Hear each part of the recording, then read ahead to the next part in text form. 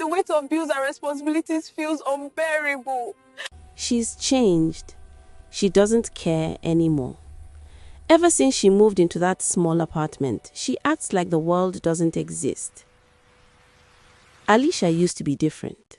She was the one who remembered birthdays, who checked in, who showed up without being asked.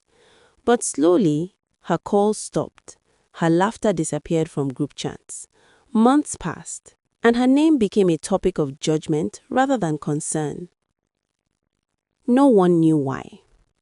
When her childhood friend Farida walked past her one evening and received only a tired nod instead of a warm hug, she felt offended.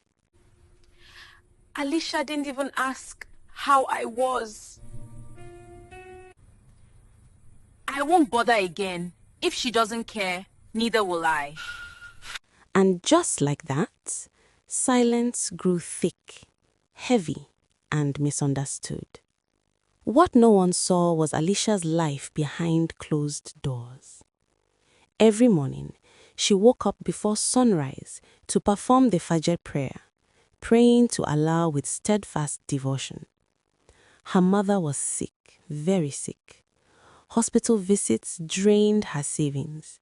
Medical bills piled up like unread messages she was too afraid to open.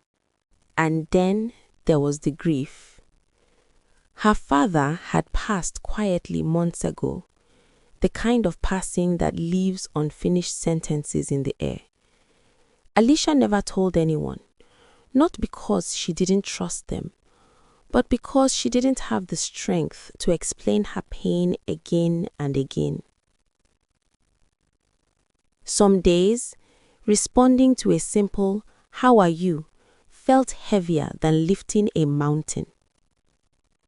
So she stayed quiet, not because she didn't care, but because she was barely surviving.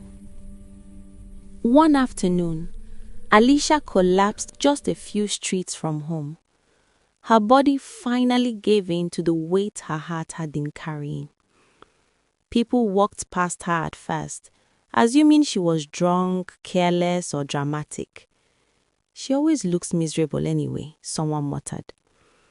Until Farida saw her. At first, Farida hesitated.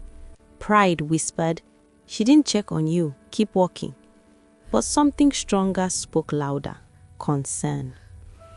Farida knelt beside her. You disappeared. No calls, no messages. You didn't even ask how I was. Did you ask how I was? I assumed you were fine. Assumptions are dangerous. Why? What was wrong?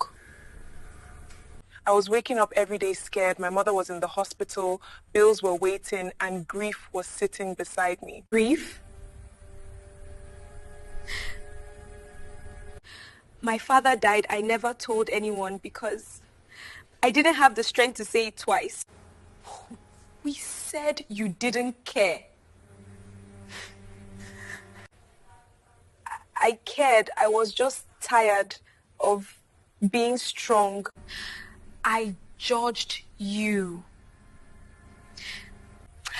I don't blame you. I just wish you asked. I'm asking now, my dear friend. How are you? I'm not okay, but being asked makes me feel seen. I'm here now. That's all I needed.